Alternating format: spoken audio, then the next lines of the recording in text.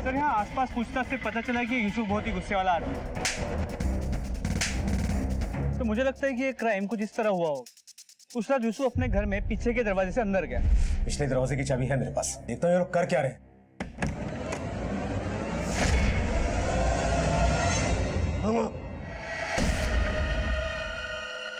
अब्बू हमारी गैर मौजूदगी में ये करती हो तुम? नाचने का बहुत शौक है। ये जवानी आई है तुझे? आग लगी है तेरी, आग मैं बुझाऊंगा आज। आज तुझे नहीं छोड़ूंगा।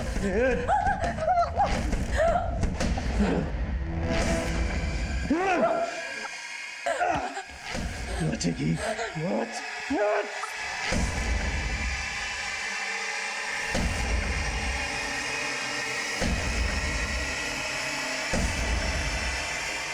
सलमा, सलमा,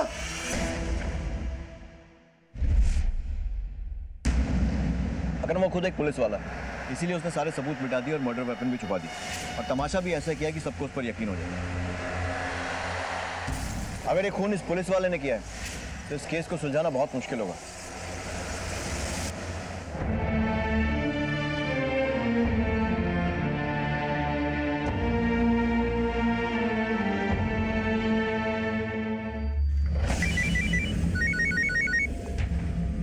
हाँ यूसुफ, अभी मैंने घर चेक किया तो पता चला कि घर के सारे गहने गायब। घर से कुछ चोरी हुआ? लेकिन तुमने तो कहा था कि घर में चोरी नहीं हुई है। देखिए उस वक्त मैं सदमे में था, अच्छे से चेक नहीं कर पाया। अभी पता चला तो बता दिया। सर यूसुफ का फोन था, कहता है कि घर से गहने गायब है। इस आदमी का कैरेक्टर कुछ समझ में नहीं आ रहा है। तो मुझे लगता है कि ये हमें घुमाने की कोशिश कर रहा है। हो सकता है मर्डर के बाद इसने खुद गहने गायब किया हो, ताकि इस मर्डर के केस को रॉबरी एंड मर्डर का केस बना सके। लेकिन झूठ की उम्र ज्यादा नहीं होती अकरम। फिलहाल उसकी बीवी और बेटियों से गहनों के बारे में पूछताछ करो, पता करो कि ये सच बोल भी रहा है या नहीं। सर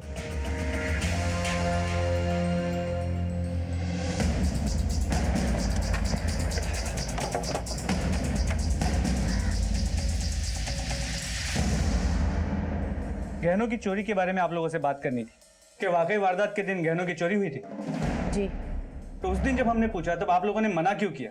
सर हम सब इस हालत में नहीं थे कि चेक कर पाए गहनों की चोरी हुई है या नहीं। तो आज देखने का कैसे सोचा?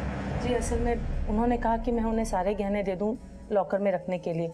जो मैं शादी में गहने पहन कर गई थी वो तो मैंने उन्हें दे दिए, बाकी के गहने जब मैं लेने गई तो देखा सब गायब थे। क्या इन दिनों ऐसा कुछ हुआ था जिसकी वजह से यूसुफ को अस्मा पे गुस्सा आया हो? नहीं सर, अस्मा कभी ऐसा कुछ करती ही नहीं थी। सर उसे पढ़ने और खाना बनाने के अलावा सिर्फ एक ही शौक था, फिल्में देखने का, और वो भी वो अब्बू की गैरहाजिरी में ही देखती थी। अल्लाह के लिए मेरी बच्ची को इंसाफ दिला दीजिए। कांदीवली पुलिस को यूसुफ पर पूरा शक था कि उसने ही गुस्से में अपनी बेटी की जान ली, लेकिन अपने शक को पुख्ता करने के लिए उनके पास सबूतों की कमी थी और यूसुफ अपनी बेगुनाही के बयान पर अड़ा हुआ था और धीरे धीरे एक एक इंफॉर्मेशन पुलिस को दे रहा था। उधर अली ने अपने बेटे को खोजने में कोई कसर नहीं छोड़ी थी। ऐसी कोई जगह नहीं थी जहां वो अपने बेटे को ढूंढने न गया हो।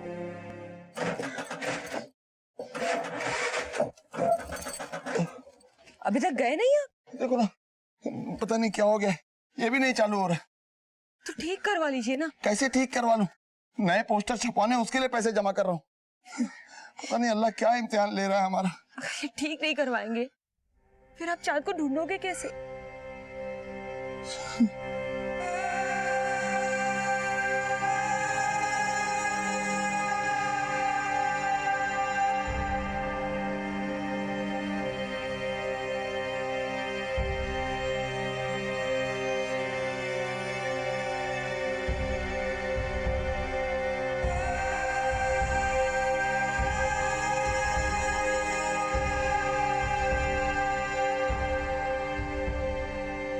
बेटा, बेटा तूने मैं चांद को देखा है क्या?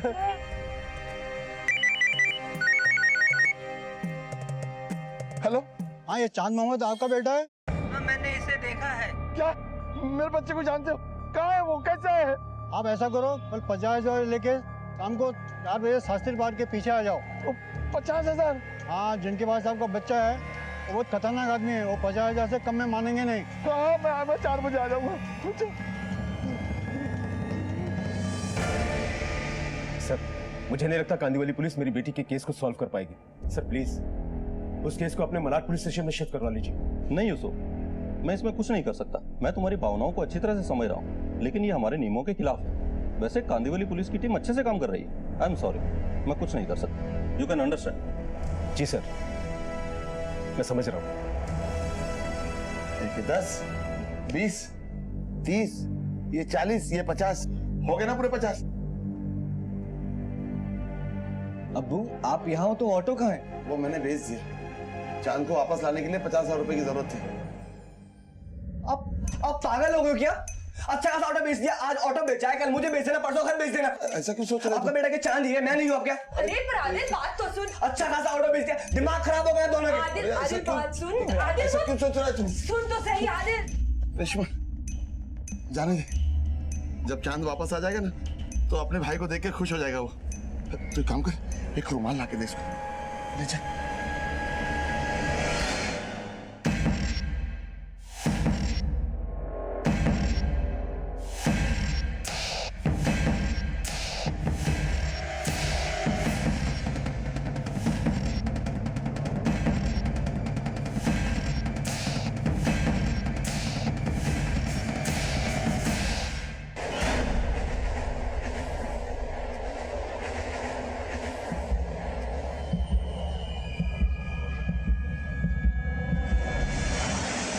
चांद मोहम्मद के अब्बू हो? हाँ, कहाँ है चांद? पैसे लाओ। हाँ ये क्या है, कहाँ है चांद? चलो मैं बताता हूँ, चलो। वो ठीक तो है ना? हाँ बिल्कुल ठीक है एकदम। मेरा बच्चा, हाँ मेरा चलो चलो बच्चा चलो। ठीक है।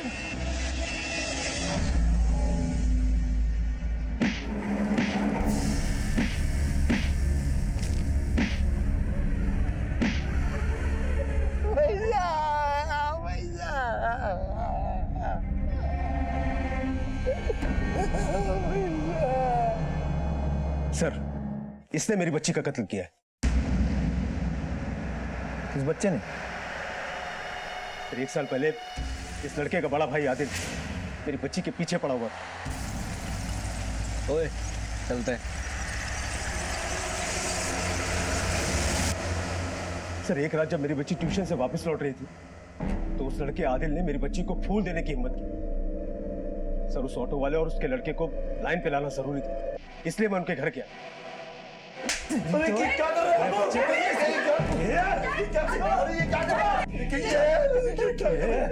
बहुत हिम्मत है तेरे अंदर ना। मेरी बेटी को फूल देगा तू? हाँ? कल की कल मुंबई शहर खाली करो, बोरिया बिस्तर बांध के यहाँ से। सर इस पोस्टर का मतलब यह है कि वो लोग मुंबई में ही। तो मुझे पक्का यकीन कि मेरी आसमा का कत्ल या तो उस लड़के आदिल ने किया है या फिर उसके बाप ने। लेकिन तुम्हारी तो 3 बेटियां हैं और उनके चक्कर में तुमने कई सारे लड़कों के साथ मारपीट की। हो सकता है उनमें से कोई हो सकता है सर, बहुत से लड़के हैं जो मेरे हाथों पिट चुके हैं। सर आजकल के लड़कों को दूसरा कोई काम धंधा तो है नहीं, बस प्यार का झंडा लेकर निकल पड़ते हैं। इसीलिए मैं अपनी बच्चियों पे सख्ती करता हूँ कि मैं नहीं चाहता कि किसी आवारा लड़के के चक्कर में पड़कर वो अपनी जिंदगी खराब करे। सर बहुत सारे लड़के हैं जिनके दिमाग ठिकाने लगाए मैंने, लेकिन उस लड़के आदिल में कोई बात थी, उसकी आंखों में एक आग थी। जिन जिन लड़कों से पंगा लिया है तुमने उन सबकी डिटेल्स चाहिए। तो आइए सर।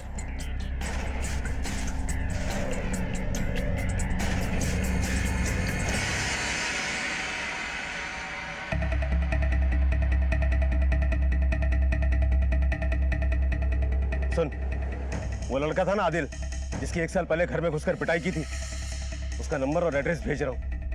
उसके बारे में पता करो, मुझे बता। आप फिक्र मत करो यूसुफ साहब। आपने जो हमें नंबर दिया था वो किसी फेक आईडी पर रजिस्टर्ड है।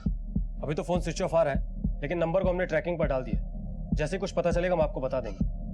लेकिन एक बात बताइए, आपको किसी ने बोला और आप पैसे लेकर चल दिए अपने बेटे को लाने के लिए? कम से कम आपको एक बार पुलिस के पास तो आना चाहिए था। क्या करता साहब, 3 महीने से मेरे बच्चे का कुछ पता नहीं चल पा रहा है। एक उम्मीद नजर आई थी, लेकिन अब सब अंधेरा ही अंधेरा है। मैंने अपना ऑटो बेच दिया, मेरा सब कुछ खत्म हो गया है साहब, सब कुछ खत्म हो गया। देखिए आप लोग चिंता मत कीजिए, हम पूरी कोशिश करेंगे कि आपका बेटा और पैसा दोनों जल्द से जल्द आपको मिले।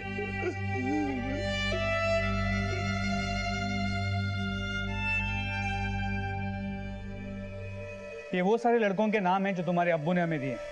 इस लिस्ट को ध्यान से देखो और बताओ कि इनमें से कौन अस्मा के पीछे पड़ा।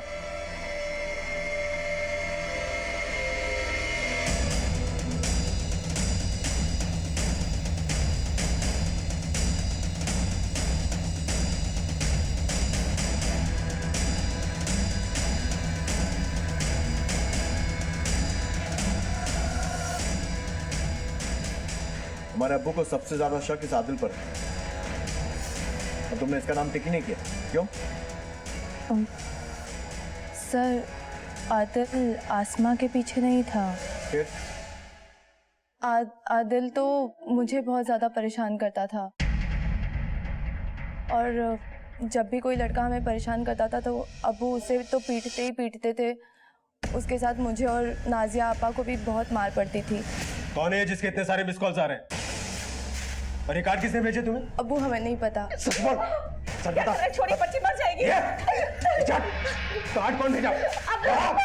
अब्बू ये सारे कार्ड्स ना हमारे बैग में कॉलेज में किसी ने डाल दिए थे और ये जो सारे कॉल्स है ना ये हमारी टीचर ने की। अब्बू बस अस्मा को ही नहीं मारते थे, इसीलिए अक्सर वो हम दोनों की गलती का इल्ज़ाम अपने सर पर ले लिया करती थी। आदिल और अस्मा का कोई लेना देना नहीं था सर। और जब अब्बू ने आदिल के घर वालों को और आदिल को पीटा उसके बाद तो आदिल ने अपना कॉलेज भी छोड़ दिया था। करीबन 1 साल से मैंने आदिल को देखा भी नहीं है।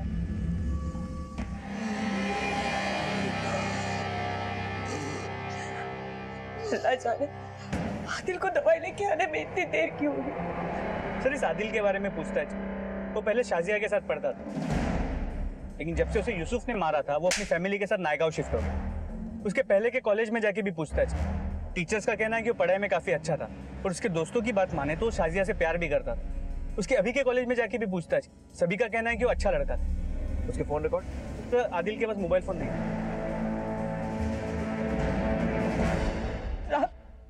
साहब मेरा बेटा आदिल गायब है।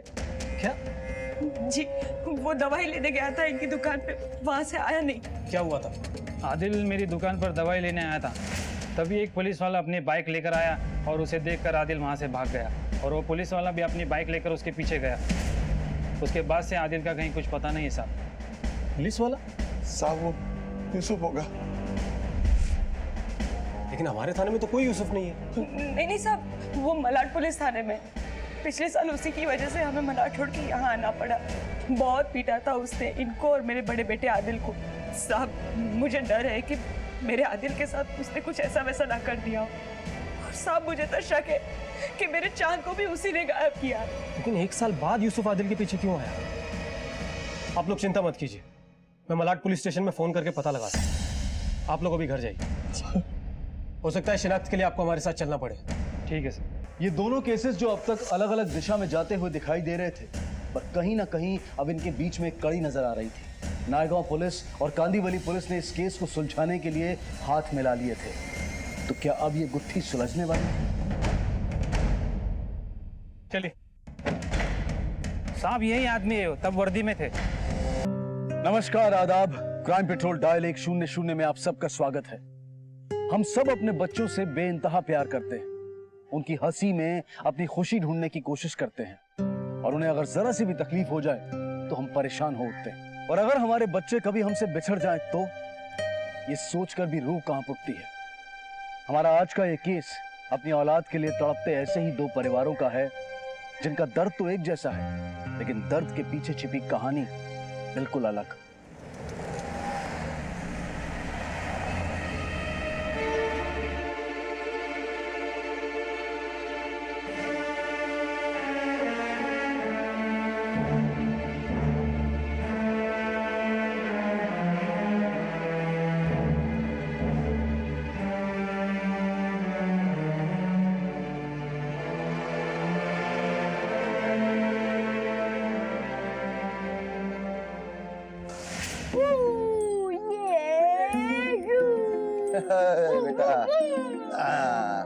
देखो अब्बू मेरी ऑटो कितनी तेज है। मैं भी आपकी तरह बड़ा होकर एक ऑटो ड्राइवर बनूंगा। अरे नहीं नहीं बेटा, तू बड़ा होके बहुत बड़ा अफसर बनेगा। ठीक है अब्बू, जैसा आप कहो।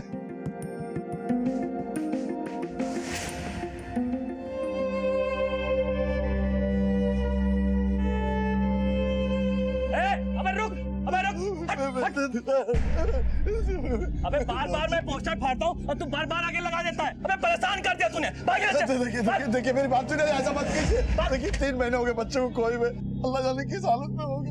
अबे 3 महीने हो गया, अब नहीं मिला तो अब क्या मिलेगा? साहब आते हैं तो हम पे चिल्लाते हैं, कहीं मरा गया होगा, समझे? भाग यहाँ से। ऐसा मत कीजिए, ऐसा मत कीजिए। सुनिए देखिए, भाग यहाँ से। अरे भाग।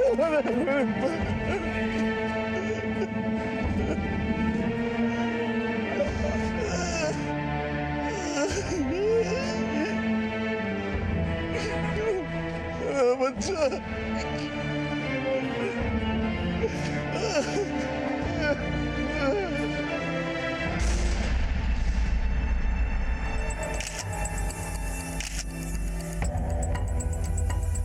तो यहाँ भी स्टैप मार गए, पीछे भी स्टैप किया गया। इधर एक दरवाजा है, पीछे से भी जरूर कोई रास्ता होगा। ऊपर देखो।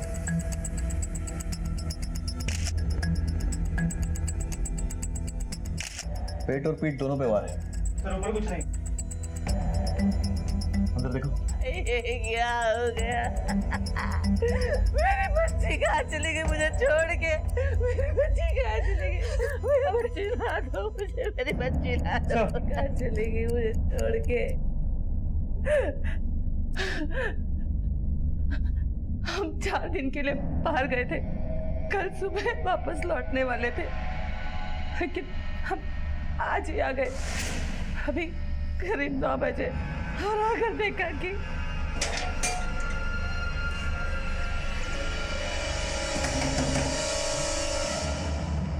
टीवी इतना तेज क्यों चला रहे लोग? दरवाजा क्यों नहीं खोल रहे? पिछले दरवाजे की चाबी है मेरे पास, देखता हूँ ये लोग कर क्या रहे हैं।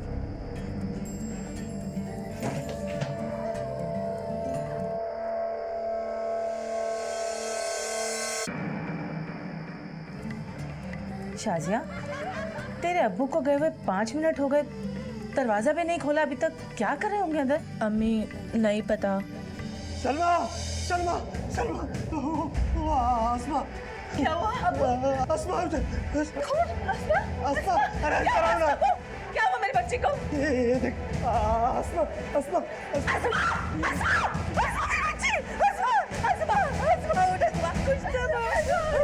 मेरी बच्ची।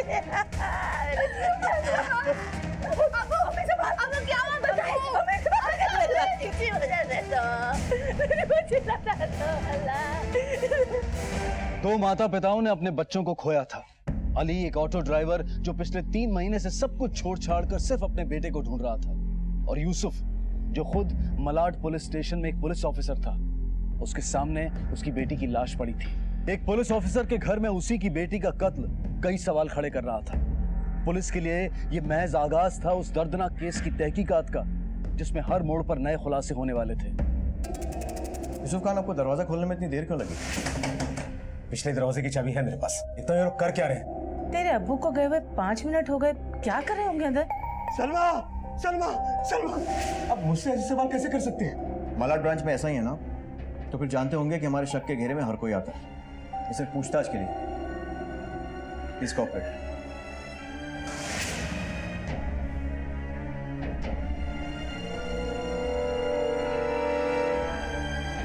आसमा, आसमा। और जब मैं घर के अंदर आया तो देखा मेरी बेटी की लाश खून में लथपथ पड़ी हुई। घर से कुछ चोरी हुआ? नहीं, लेकिन मेरी बड़ी बेटी नाजिया वो यही थी, उसका कोई पता नहीं चल रहा।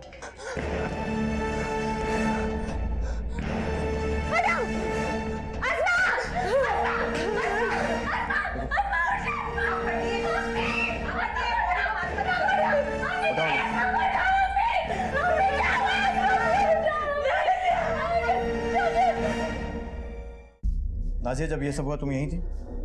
जी सर। क्या हुआ था? तकरीबन 8 बजे मैं और अस्मा घर में ही थे। मैं ऊपर के कमरे में थी जब मुझे नीचे से चीखने की आवाज सुनाई दी। मैंने नीचे आके देखा तो एक आदमी अस्मा से यहीं पे चिढ़ा हो रही थी। उसने मेरी आंखों के सामने मेरी बहन का कत्ल कर दिया।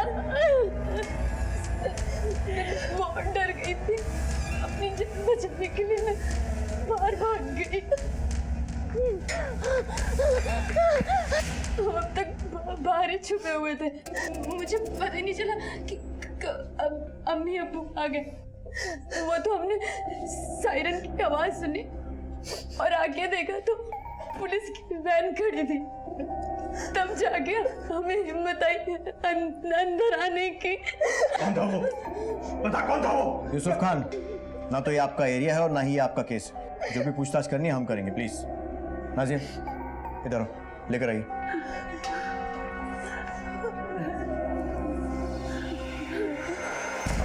नाजिया, उस आदमी को पहचानती हूँ? पहले कभी देखा? नहीं सर। जब तुम डर के बाहर भागी तो आस पड़ोस में क्यों नहीं गई? शोर क्यों नहीं मचाया या फिर किसी की मदद क्यों नहीं की? सर मैं इतना डर गई थी कि मुझे कुछ समझ ही नहीं आया कि क्या करूं। मेरे दिमाग ने काम करना बंद कर दिया था, इसलिए मैं बाहर भाग गई। आसमा का कोई खास दोस्त था? मतलब किसी लड़के से कोई अफेयर वगैरह? नहीं सर, वो बिल्कुल ऐसी नहीं थी सर। ठीक है, जाओ। स्केच आर्टिस्ट को बुलवा कर नाजिया से पूछताछ करके उस आदमी का स्केच तैयार करो। सर। घर की अच्छी तरह से तलाशी लो, देखो और कुछ मिलता है क्या? सर। विक्रम, पता नहीं क्यों मुझे लग रहा है कि ये नाजिया कुछ छुपा रही है। एक पुलिस वाले के घर में उसकी बेटी की हत्या। और सर इनके मुताबिक घर से कुछ चोरी भी नहीं हुआ है, मतलब एक कातिल कत्ल करने के इरादे से ही घर आया। ऐसा करो, अस्मा और नाजिया के साथ साथ घर के बाकी लोगों के कॉल रिकॉर्ड्स भी निकालो, पता तो करें इसकी बात में कितनी सच्चाई है। और हाँ, आस पड़ोस में पूछताछ करो पूरे परिवार के बारे में, खासकर अस्मा। सर। कोई दर्द नहीं है ये मेरे बच्चे के दर्द के आगे। अली भाई बस एक बार आप बता दीजिए किसने मारा है आपको, हम सब जाके फोड़ के आएंगे। नहीं नहीं भाई, मुझे किसी से कोई बदला नहीं चाहिए, मुझे बस मेरा बच्चा चाहिए और कुछ नहीं चाहिए। आप परेशान न हो, अल्लाह ने चाहा तो आपका बच्चा जल्दी मिल जाएगा।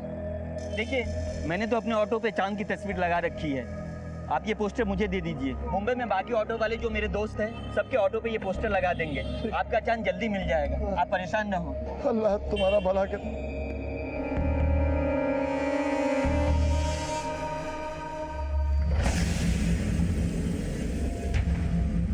ये देखो, ये है। जी सर, यही आदमी है। थैंक यू, तुम जा सकते हो।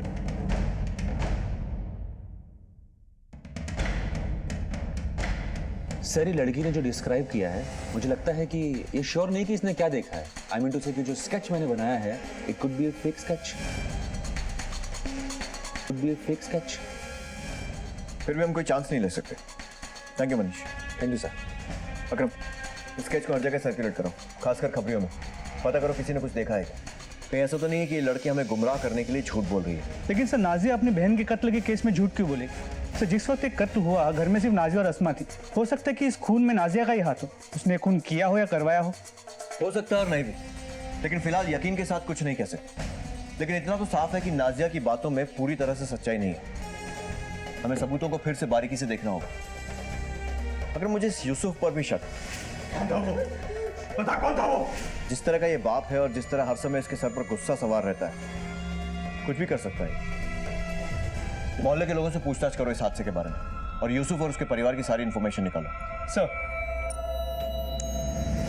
इनके बीच में एक कड़ी नजर आ रही थी। नायगांव पुलिस और कांदीवली पुलिस ने इस केस को सुलझाने के लिए हाथ मिला लिए थे। तो क्या अब ये गुत्थी सुलझने वाली थी? चलिए साहब, यही आदमी है, तब वर्दी में थे। इनके मुताबिक आप नायगांव में आदिल का पीछा कर रहे हैं और उसके बाद से आदिल गायब। आप गए थे वहाँ? हाँ मैं गया था सर, तो मैंने आपको बताया था कि पहले मैंने उसे मारा भी था, लेकिन इस बार मैंने ऐसा कुछ भी नहीं किया। लेकिन तुम वहाँ गए ही क्यों थे? क्योंकि मैं तंग आ गया हूँ आप लोगों से। किसी काम के नहीं है आप लोग। उस आदिल के बारे में सारी इंफॉर्मेशन देने के बावजूद भी आप लोगों ने कोई एक्शन नहीं लिया। इस तरह मेरी बेटी को इंसाफ तो नहीं मिलेगा ना सर। अपनी हाथ में रहो। माना कि तुम पुलिस वाले हो, लेकिन इस वक्त तुम खुद एक सस्पेक्ट हो। अब सच सच बताओ कि क्या किया आदिल के साथ? मैंने कुछ भी नहीं किया, मैं सिर्फ उससे बात करने के लिए गया था, लेकिन मुझे देखते ही वो वहां से भाग गया। अगर तुमने उसके साथ कुछ नहीं किया तो अब तक घर क्यों नहीं पहुंचा वो? मुझे क्या पता, मार तो नहीं दिया उसे? जब तक तुम्हारी बेटियों की बात आई है तब तक तुमने कानून अपने हाथ में लिया है और उसके लिए तुम सस्पेंड तो जरूर हो, लेकिन अगर आदिल के साथ कुछ भी बुरा किया है ना तो तुम्हें कोई नहीं बचा सकता। उस दिन मेहमान बनाकर रखो इन्हें अपना। चलो हमारे साथ। सर मुझे मेहमान बनाने से अच्छा है मेरी बच्ची के कातिलों को ढूंढिए। चलो। हो सकता है कि नायगांव शिफ्ट होने के बाद भी आदिल ने शाजिया का पीछा ना छोड़ा।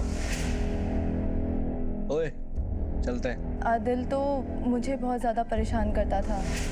और जब ये बात यूसुफ को पता लगी तो उसने उसका बदला आदिल के छोटे भाई चांद से लिया। और जब अली और आदिल को इस बारे में पता चला तो बदला लेने के लिए उन्होंने अस्मा को निशाना बनाया।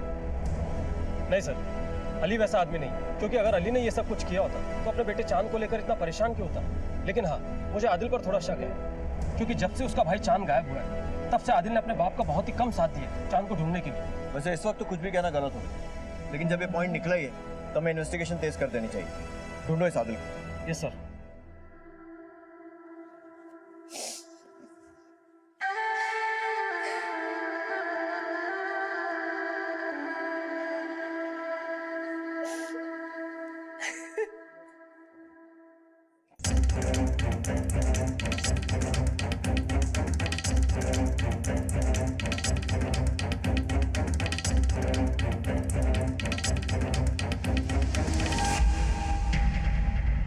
हमें पता चला है कि तुम शादी में जाना ही नहीं चाहती थी और आखिरी वक्त में तुमने अपना फैसला बदला। क्यों? तुम कुछ छिपा तो नहीं रही हो ना? सर, ये सब कुछ मेरी वजह से हुआ है। सर,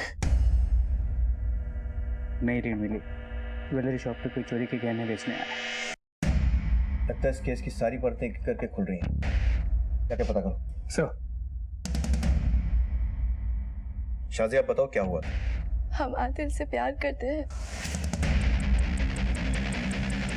लेकिन जब अब्बू ने आदिल के घर वालों को पीटा, हमें पीटा, तो हम पीछे हट गए। पिछले 3 महीने से आदिल हमसे मिलने की पूरी कोशिश कर रहा था, लेकिन अब की बार अगर अब्बू को पता चल जाता तो अब्बू हम दोनों को ही जान से मार डालते। इसलिए मैंने उससे मिलना बिल्कुल बंद कर दिया। अब्बा, आपके इलाज के लिए पैसे। इतने पैसे तो कहाँ से लाया? हम बताते। गहने बेच। पकड़ो से। चल सर, चल। चलो। शाजिया ने हमें सब कुछ बता दिया, अब तू शुरू कर। सर, प्यार करता था मैं शाजिया से, अब भी करता हूँ। आदिल हमसे मिलने के लिए घर पर आने वाला था, मुझे पता चला था कि उसके अम्मी अब्बू 4 दिन के लिए कहीं बाहर गए, लेकिन अब्बू हमें जबरदस्ती अम्मी के साथ शादी में ले गए। तो सर मैं चुपचाप मौका पाकर उसके घर के पिछले दरवाजे से दाखिल हो गया।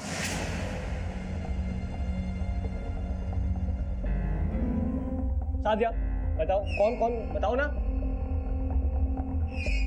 आदिल, तुम यहाँ पे क्या कर रहा है? हाँ? इतनी मार खाने के बाद अगर ठिकाने नहीं आई तेरी। अभी अब्बू को फोन लगाती हूँ। अस्मा, रोकने के चक्कर में हम दोनों की झड़प हो गई। खुद को बचाने के चक्कर में मैंने उसकी जान ले ली।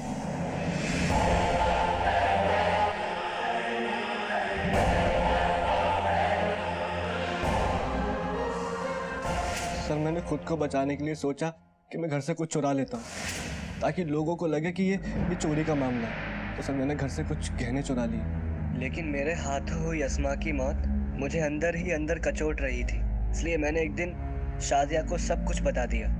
अस्मा के मरने के बाद हमने सोचा आदिल को भी जेल हो जाती तो उसके परिवार वालों का क्या होता, और अगर अब्बू को पता चल जाता तो अब्बू तो मुझे जिंदा जमीन में गाड़ देते। इसलिए मैं चुप रही। मुझे नहीं पता था सर ये सब कुछ हो जाएगा। हम किसी और के गुनाहों की सजा हमारे अब्बू को नहीं दिलवा सकते। तूने ना सिर्फ अस्मा की जान ली है, बल्कि अपने अम्मी अब्बू को भी जीते जी मार दी है। अगर तुम पहले ही अपने और आदिल के बारे में सबको बता देती तो शायद ये सब नहीं होता और आसमा आज जिंदा होती। तुम्हें पता था कि तुम्हारी बहन का कातिल कौन है, फिर भी तुमने किसी से कुछ नहीं कहा, चुप रही, और इसलिए अब कानून की नजर में तुम भी गुनाहगार हो।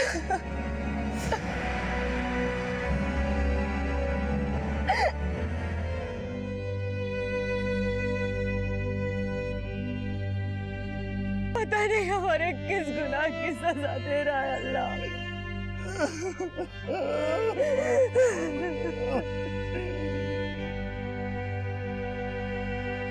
वो आज भी अपने बेटे को ढूंढ रहा है और हम सब भी यही उम्मीद करते हैं कि अली को उसका चांद जल्द मिल जाए। शायद इतना सब कुछ ना होता और अस्मा की जान ना जाती अगर यूसुफ ने अपने और अपनी बेटियों के बीच डर की मजबूत दीवार ना बनाई होती। ज्यादा सख्ती और ज्यादा छूट दोनों ही बच्चों के लिए गलत है। माता पिता को बच्चों के लिए बीच का रास्ता चुनना होगा जहां बच्चे सुरक्षित भी रहें और अपनी बात बताने के लिए स्वतंत्र भी। इसी विचार के साथ अब मैं अनूप सोनी आपसे विदा लेता हूं। फिर मुलाकात होगी अगले एपिसोड में एक और चौंका देने वाले केस के साथ। तब तक अपना और अपने परिवार का ख्याल रखें और देखते रहें क्राइम पेट्रोल डायल 100। सबक एक को सीख हम सबको। जय हिंद।